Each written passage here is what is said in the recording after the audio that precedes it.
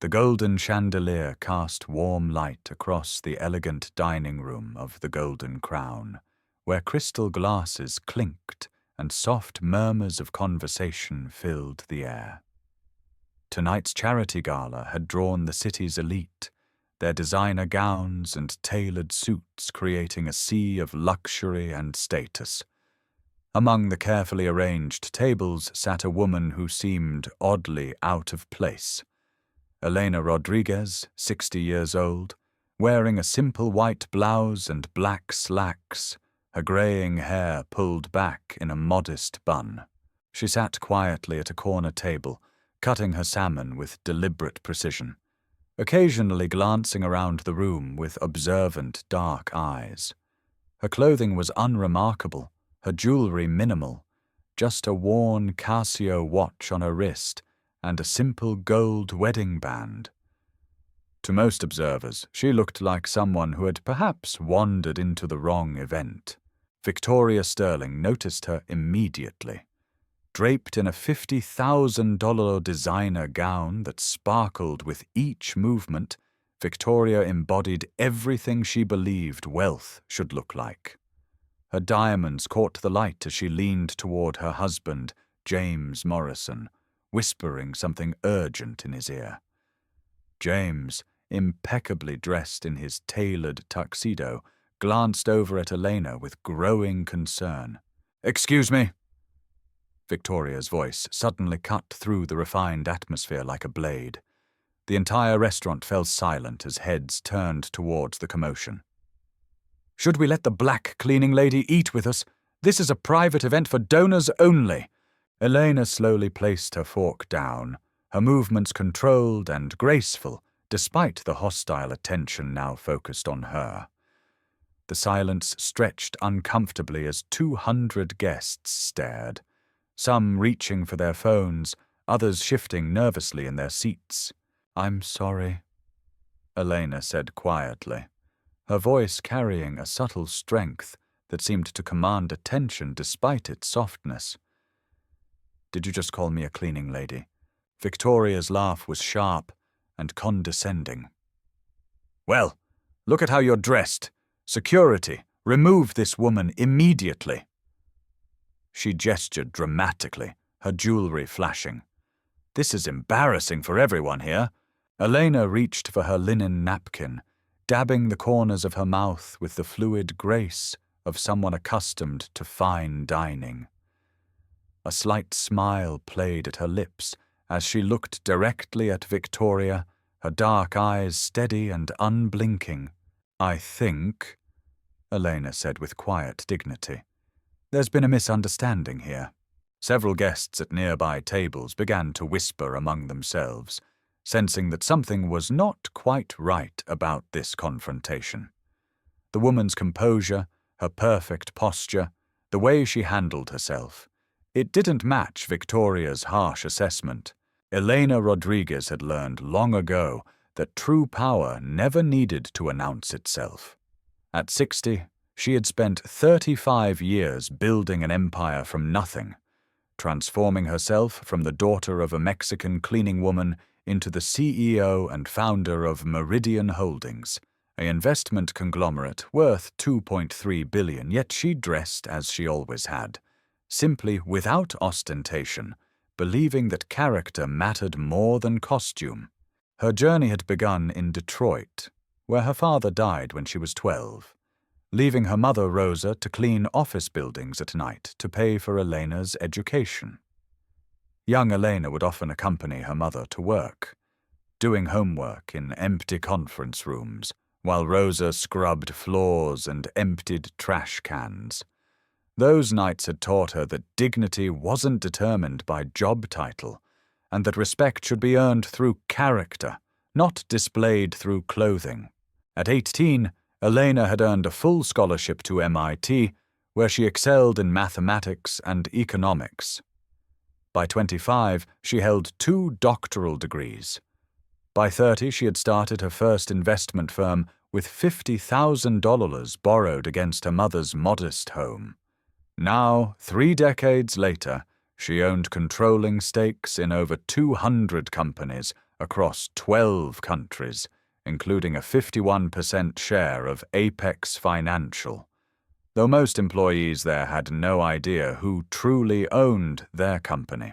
Elena lived by a simple philosophy: observe before acting, understand before judging, and never let anyone's limited perception define your worth. She often conducted what she called field research, appearing at business events dressed modestly to observe how people truly behaved when they thought no one important was watching. Tonight was supposed to be one of those quiet observations. Her modest apartment overlooked the city, though she could afford any mansion she desired. She drove a 10-year-old Honda, though her garage could house a fleet of luxury cars. Her most precious possession remained her father's old Casio watch, with "Para mis sueños," for my dreams, engraved inside the band. Her 85-year-old mother Rosa still lived simply despite her daughter's wealth, and her daughter Sophia, now 28 and a successful surgeon, had inherited the same values of humility and hard work. David Chen, Elena's assistant and long-time friend from college, often teased her about her disguises, but he understood her motivation. Elena needed to see the real faces behind the corporate masks, to understand how power was wielded and how people treated those they perceived as powerless. Tonight, she was getting a clearer view than she had bargained for. Victoria's voice grew louder and more aggressive as security hesitated to act. "This woman clearly snuck in here. Look at her cheap clothes." She gestured dismissively at Elena's simple attire. "She probably came hoping for free food." Elena remained seated, her hands folded calmly in her lap. "May I ask what makes you think I don't belong here?" "Oh, please!" Victoria scoffed, her face flushed with indignation. "Your kind always tries to play victim. You're obviously here to cause trouble or ask for handouts." The words hung in the air like poison. Elena's expression didn't change, but something shifted in her dark eyes, a sharpening, a focusing that suggested depths of strength most people never saw. "My kind?" Elena asked quietly, her voice carrying across the silent dining room. "Could you elaborate on that?" Before Victoria could respond, James Morrison appeared at his wife's side, his face tight with embarrassment and concern. As the marketing director of Apex Financial, he prided himself on maintaining professional composure, but his wife's outburst was creating a scene that could damage both their reputations. "Victoria, what's going on here?" he asked tersely, though his eyes never left Elena with a mixture of suspicion and disdain. "This cleaning lady is causing trouble," Victoria declared triumphantly. "I'm handling it for you, honey. We can't have people like this disrupting our event." James looked down at Elena, his expression hardening. He saw what his wife saw, a middle-aged black woman in simple clothes who clearly didn't belong among the city's elite. "Miss," he said with barely concealed irritation, "I think you should leave peacefully. We don't want any problems here." Elena tilted her head slightly, studying James with the intensity of someone solving a complex equation. "Mr. Morrison," she said, and James startled slightly at hearing his name. "Your wife seems very passionate about social hierarchy." Victoria felt emboldened by her husband's support. After all, James was a successful executive at one of the city's most prestigious financial firms. They donated generously to charity, attended all the right events, lived in the right neighborhood. They belonged here in a way this woman clearly did not. "See?" Victoria said loudly, ensuring her voice carried to nearby tables. "Even my husband agrees. He's the marketing director of a billion-dollar company. We donate millions to charity. We don't need to eat with the people we're helping." Elena nodded thoughtfully, as if processing new information. "How generous of you. Tell me, what company does your husband work for? James straightened his shoulders, pride evident in his voice. Apex Financial, one of the largest investment firms in the country. He paused, studying Elena's reaction. We manage over $3 billion in assets. Interesting, Elena said, her tone neutral. I've heard of that company. The conversation was attracting more attention. Guests at surrounding tables had stopped their own discussions to listen, some discreetly recording on their phones. The restaurant's manager, a nervous man in an expensive suit, hovered nearby, clearly torn between maintaining order and avoiding a larger scene. Victoria, sensing momentum, decided to escalate. She called loudly to the manager, "If you don't remove this woman, we'll never host events here again. The Sterling Foundation has spent hundreds of thousands of dollars at this establishment." The manager approached reluctantly. "Ma'am, perhaps we can resolve this quietly." "No!" Victoria's voice cracked like a whip. "I want everyone to see what happens when people try to take advantage of our kindness. This woman has no business being here, and everyone knows it." Several guests began recording more openly now, sensing that they were witnessing something significant. The hashtag potential was obvious, and social media feeds would soon be buzzing with clips of the confrontation. Elena calmly reached into a small purse and checked her phone. A text from David Chen appeared. "Boss, I'm seeing reports of something happening at the gala. Should I intervene?" She typed back quickly. "Not yet. Let it play out." James, encouraged by the attention and his wife's righteous anger, decided to add his voice to the confrontation. "Look," he said, his tone taking on the authoritative edge he used in business meetings. "I don't know how you got in here, but this isn't the place for people like you." The phrase hung in the air like an accusation. Elena looked up at him with genuine curiosity, as if he had presented her with a fascinating puzzle. "People like me?"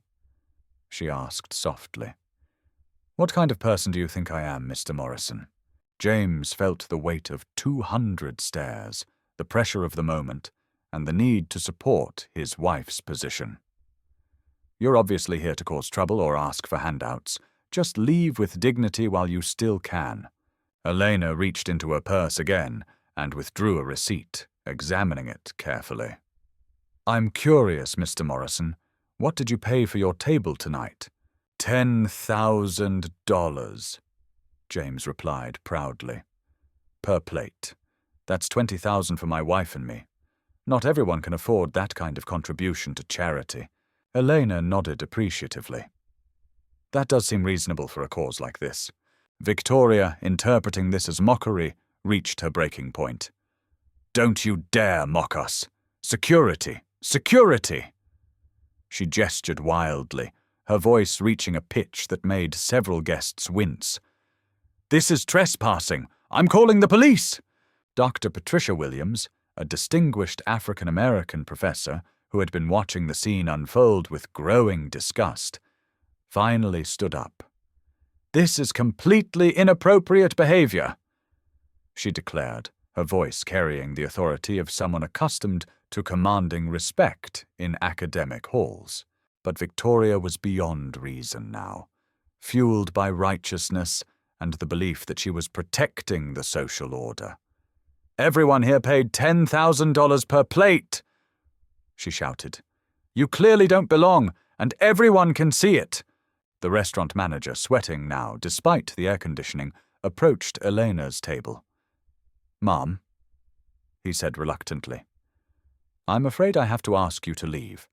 We need to maintain the peace for our other guests." Elena slowly rose from her chair, her movements graceful and unhurried. As she stood, something about her presence seemed to shift the energy in the room. Despite her simple clothing, she carried herself with the unmistakable bearing of someone accustomed to command. "Before I go," Elena said, her voice carrying clearly across the now silent dining room, May I ask who organized this charity event? The manager, grateful for a neutral question, replied, The Meridian Foundation, ma'am. They're our biggest client and have been hosting events here for over a decade. Elena smiled, a genuine, warm expression that transformed her face. How interesting. She turned to face James and Victoria directly. Mr. Morrison, Mrs. Sterling, shall we discuss this further? Victoria's face was flushed with victory. There's nothing to discuss with someone like you. You've caused enough disruption for one evening. Elena began reaching into her purse again, her movements deliberate and calm. Actually, she said quietly, I think there is quite a bit to discuss. At that moment, the restaurant's main entrance opened, and a hush fell over the room for an entirely different reason. Governor Richard Blackstone entered, his presence immediately commanding attention. He was a tall, distinguished man in his 60s, with silver hair and the bearing of someone who had spent decades in public service. Every person in the room recognized him instantly. Blackstone scanned the dining room, his practiced politician's eye taking in the unusual scene. The standing crowd, the phones held high, the tension crackling in the air. Then his gaze landed on Elena, and his entire demeanor changed. Without acknowledging anyone else, Governor Blackstone walked directly toward Elena's table, his steps purposeful and respectful. Conversations died as guests watched the state's highest elected official navigate between tables with obvious intent. Ms. Rodriguez, Blackstone said, his voice carrying clearly across the silent room as he approached her table. He inclined his head respectfully. What an honor to see you here. I had no idea you would be attending tonight. The silence that followed was absolute. 200 guests stood frozen, phones still recording, as they processed what they had just witnessed. Victoria's face went pale, her mouth opening and closing soundlessly. James stood as if struck by lightning, his confident posture crumbling. Elena smiled warmly at the governor. Good evening, Governor Blackstone. Please, don't let me interrupt your evening. Nonsense, Ms. Rodriguez. Blackstone replied, his tone deferential in a way that made clear he understood exactly who he was addressing. Your presence elevates any gathering. I trust you're being treated with the respect you deserve? His eyes swept across Victoria and James with a coldness that could freeze water. The implication was clear. He had witnessed or been informed of the confrontation, and he was not pleased. James Morrison's world tilted off its axis. Governor, he stammered, his voice barely audible. Do you know this lady? Victoria whispered hoarsely. Who is that man? Why is he— But the manager was already at her elbow, his face white with horror. That's Governor Blackstone, Mrs. Sterling. He whispered urgently, and he just called her Ms. Rodriguez. The name meant nothing to Victoria, but the restaurant manager's expression of pure terror suggested it should. Around the room, guests began murmuring to each other, some pulling out phones to search for information, others clearly recognizing the significance of what they were witnessing. Governor Blackstone turned to address the room, his politician's training allowing him to project his voice without shouting. Ladies and gentlemen, allow me to properly introduce Elena Rodriguez, CEO and founder of Meridian Holdings, one of our state's most distinguished business leaders and philanthropists. The words hit Victoria like physical blows. CEO, founder, distinguished business leader. She looked frantically at Elena, trying to reconcile the simply dressed woman with the titles the governor was bestowing. Ms. Rodriguez is one of the most successful entrepreneurs in the country. Blackstone continued, his tone making clear that any disrespect shown to her was a personal affront to him. Her foundation has contributed millions to education and community development across our state. Elena raised a hand gently. "Governor, you're too kind. I was just having dinner here."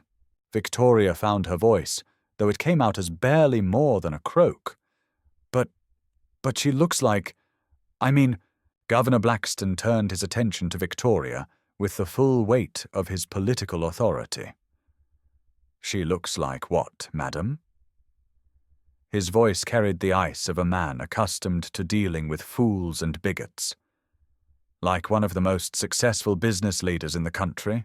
James Morrison began to sway slightly, the full implications of the situation crashing over him like a tsunami. "Governor," he said desperately, "there must be some misunderstanding. This woman was...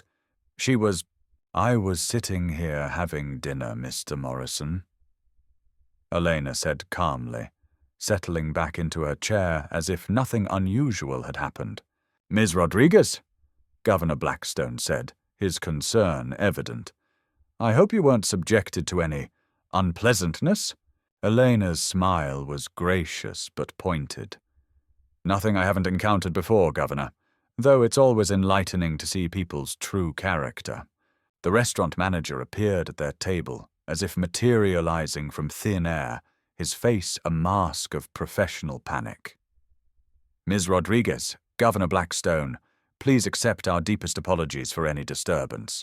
The Golden Crown has always prided itself on hospitality and respect for all our guests." Around the room, the atmosphere had completely transformed.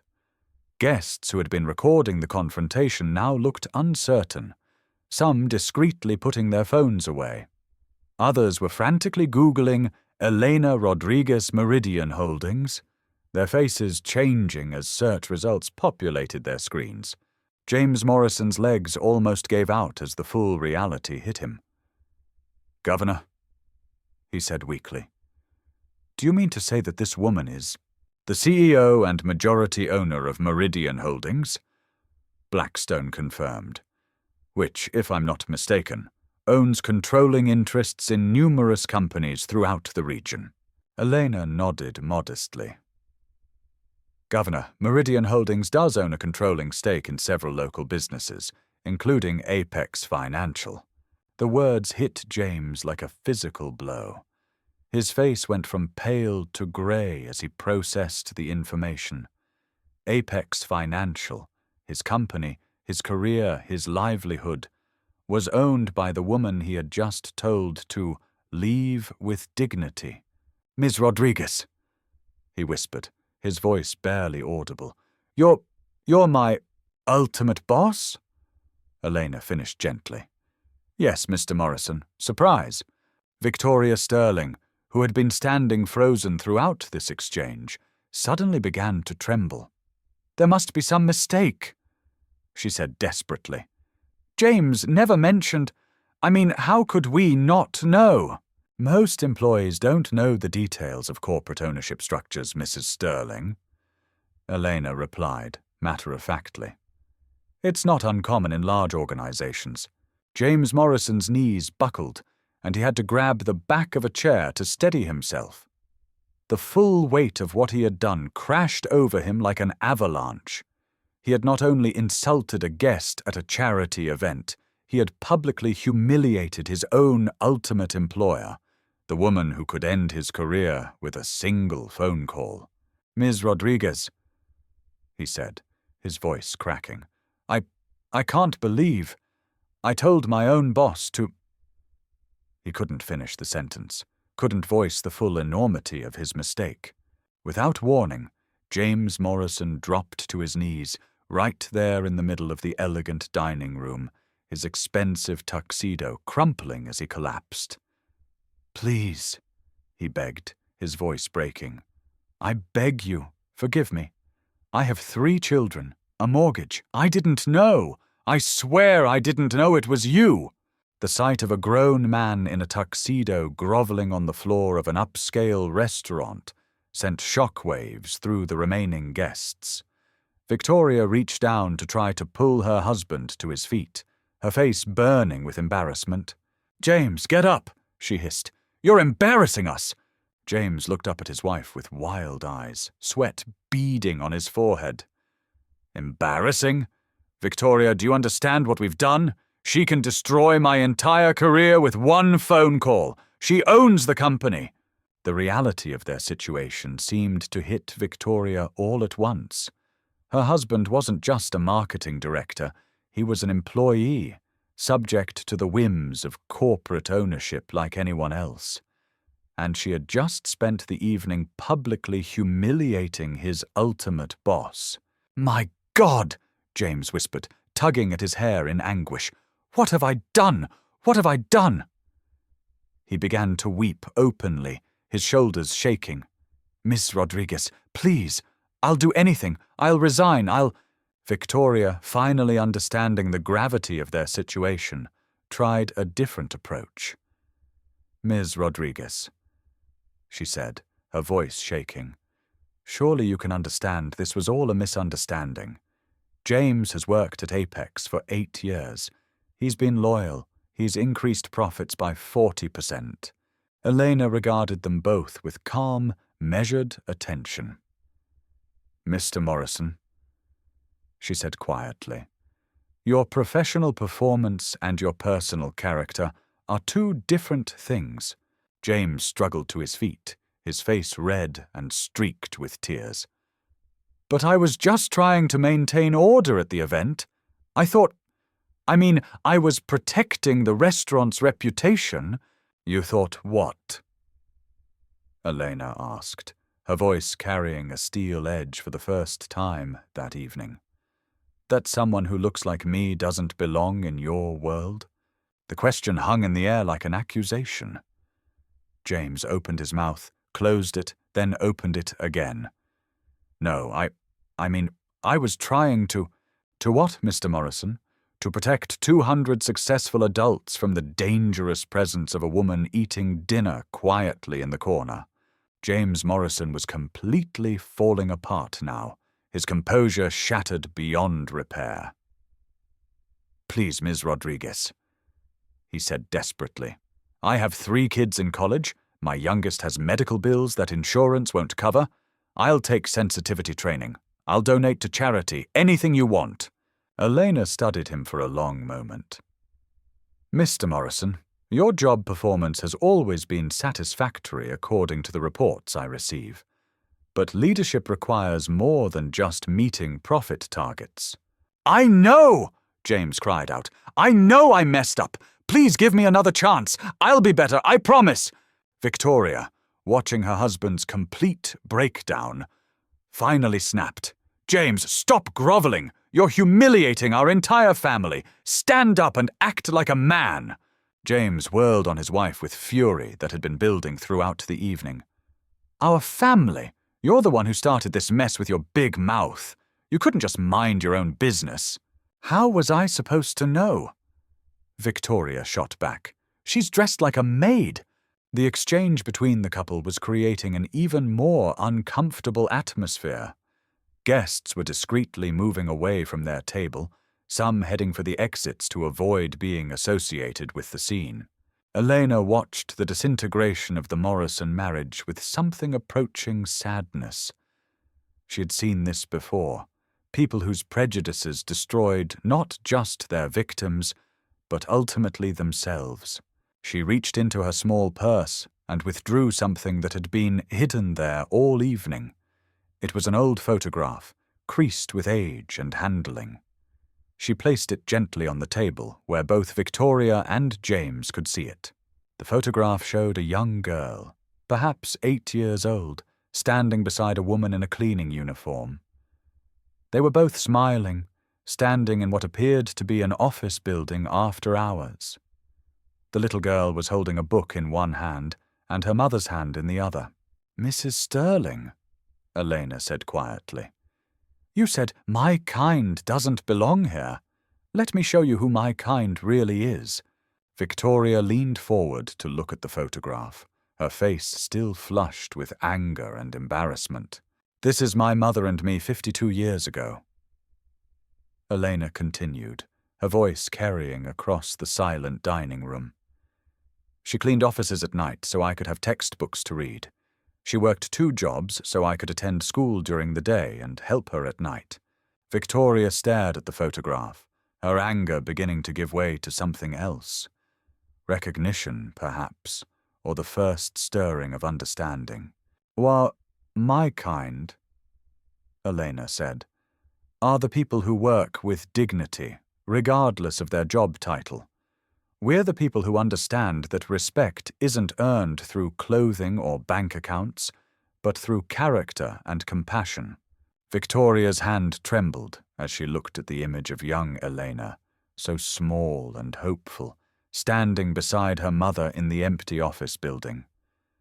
The parallel was unmistakable and devastating. I didn't mean," Victoria began, but the words died in her throat. Elena's voice remained gentle but implacable. "You meant exactly what you said, Mrs. Sterling, and now you know who you said it to." The photograph seemed to drain all the fight out of Victoria. She stared at it for a long moment, then slowly sank into the nearest chair, her expensive gown rustling around her like the deflated dreams of her social superiority. Elena carefully returned the photograph to her purse, her movements deliberate and respectful. "Mrs. Sterling, you made assumptions based on my appearance and race. At 60, I've learned that wisdom comes from experience, not prejudice." She turned her attention to James, who was still standing, but swaying slightly. "Mr. Morrison, you supported those assumptions without question. That tells me something about your leadership capacity." James tried one more desperate gambit. "Ms. Rodriguez, surely you can understand that we were just trying to maintain the dignity of the event. In my position, I have to think about appearances, about what's appropriate." Elena's laugh was soft but cutting. "Appropriate. Mr. Morrison, let me share something about dignity that I learned in my 35 years of building businesses. True dignity doesn't come from excluding others. It comes from including them with grace." She stood slowly, her simple clothing suddenly seeming elegant rather than plain. "You spoke about maintaining appearances, but what appearance did you maintain tonight? What did your behavior say about your character, your values, your fitness for leadership?" The questions hit like hammer blows. Around the room, guests watched in fascination as a masterclass in leadership and dignity unfolded before their eyes. "Let me tell you what I've learned about wealth, Mrs. Sterling," Elena continued, her voice carrying the authority of decades of success. "In my 35 years of building businesses, I've discovered that real wealth doesn't need announcement. The truly powerful don't need to display their power. They earn respect through their actions, not their accessories." Victoria looked down at her $50,000 gown, her diamond jewelry, her carefully constructed image of success, and for the first time in years, felt genuinely ashamed. Elena wasn't finished. "The richest people I know wear simple clothes and drive modest cars. Do you know why?" She paused, letting the question hang in the air. "Because we're secure enough not to need external validation. We've learned that character speaks louder than couture." James made one final attempt to salvage the situation. "But surely you understand the importance of maintaining standards, of preserving the social order that allows charity events like this to exist." Elena's response was swift and decisive. "Social order, Mr. Morrison? The social order you're defending is one that would have kept my mother cleaning offices forever and denied me the education that built the company that now employs you." The logic was irrefutable, and James knew it. His arguments crumbled like sand castles before an incoming tide. "You mentioned charity," Elena continued. "True charity isn't about writing checks to feel good about ourselves. It's about seeing the humanity in everyone, regardless of how they're dressed or what they do for a living. It's about recognizing that dignity is a birthright, not a privilege to be granted by those who consider themselves superior. Governor Blackston, who had been watching this exchange with evident admiration, stepped forward. Ms. Rodriguez speaks with the wisdom of someone who has not forgotten her roots, despite her extraordinary success. Elena acknowledged the compliment with a gracious nod. Governor, success without humility is just another form of failure. The room was completely silent now, every guest absorbed in the profound lesson unfolding before them. Cell phone cameras continued recording, but the atmosphere had shifted from voyeuristic entertainment to genuine education. Elena turned back to James and Victoria, her expression serious but not unkind. Mr. Morrison, Mrs. Sterling, I want you to understand something. This isn't about punishment or revenge. This is about accountability and growth. James, still trembling, managed to speak. What happens now? Elena considered the question carefully. That depends on what you learn from this experience. Mr. Morrison, you'll report to work on Monday morning as usual. You'll participate in a comprehensive diversity and inclusion training program, not as punishment, but as education. And Mrs. Sterling, you're welcome to join him. The mercy in her decision left both James and Victoria speechless. They had expected termination, lawsuits, public humiliation. Instead, they were being offered a chance at redemption. But understand this, Elena continued, her voice carrying absolute authority. Leadership isn't about the title you hold or the salary you earn. It's about how you treat people when you think no one important is watching. Tonight, everyone was watching. She moved toward the exit, her simple black flats silent on the restaurant's marble floor. At the door, she turned back one final time. Remember this evening, she said, her voice carrying clearly across the silent dining room. Remember that the person you dismiss today might be the person who decides your future tomorrow. Remember that respect costs nothing but gives everything. And remember that the way you treat someone who can do nothing for you reveals everything about who you truly are. Elena Rodriguez walked out of the Golden Crown restaurant into the night, leaving behind a room full of people who would never forget what they had witnessed. The silence stretched for nearly a minute after her departure, before conversation slowly resumed. But the tone was different now, more thoughtful, more reflective. Governor Blackston lingered for a moment, addressing the room one final time.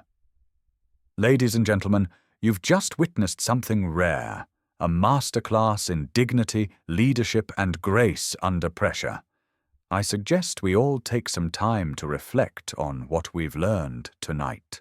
6 months later, Elena Rodriguez sat in a small coffee shop near downtown, her laptop open, working on plans for a new educational initiative. She was dressed as she always was, simply without ostentation, her father's old Casio watch glinting on her wrist. A young server, a college student working her way through school, approached with Elena's coffee. As she set it down, recognition flickered in her eyes. "Aren't you—" the young woman began hesitantly. Elena smiled warmly. "I'm just someone who believes everyone deserves respect, regardless of their job or appearance." She left a $100 tip and a business card with a handwritten note. "Call me when you're ready to start your own business. Dreams need investors who believe in people, not just profit margins." As Elena gathered her things to leave, she reflected on the changes that had rippled outward from that night at the Golden Crown. Apex Financial had implemented comprehensive diversity training and had become a model for inclusive hiring practices. James Morrison, true to his word, had become one of the company's most effective advocates for workplace equality. Even Victoria Sterling had begun volunteering with organizations that supported working mothers and their children. The Golden Crown restaurant had become an unexpected symbol of transformation, hosting monthly discussions about dignity, respect, and social justice. The Meridian Foundation's scholarship program had doubled in size, sending hundreds of deserving students to college regardless of their background or their parents' occupations. But perhaps most importantly, Elena continued her quiet practice of appearing at business events and social gatherings dressed simply, observing how people treated those they perceived as powerless.